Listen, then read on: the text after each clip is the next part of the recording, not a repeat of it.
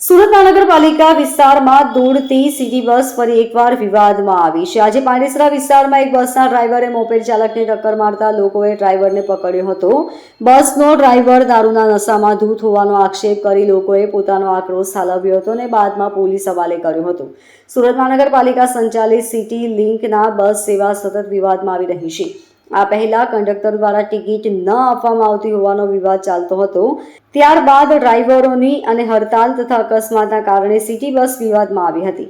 જોકે આજે પાલિકાના બસ ડ્રાઈવર પીધેલી હાલતમાં હોવાના આક્ષેપ સાથે લોકોએ હોબાળો મચાવ્યો હતો.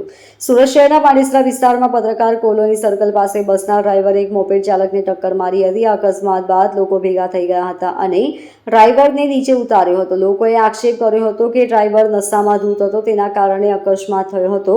સુરત પાલિકા ડ્રાઈવરોને નોકરીએ રાખે છે ત્યારે તેની તપાસ થવી જોઈએ તેવી માંગણી કરવામાં આવી હતી. Bureau report LK star news, Surat.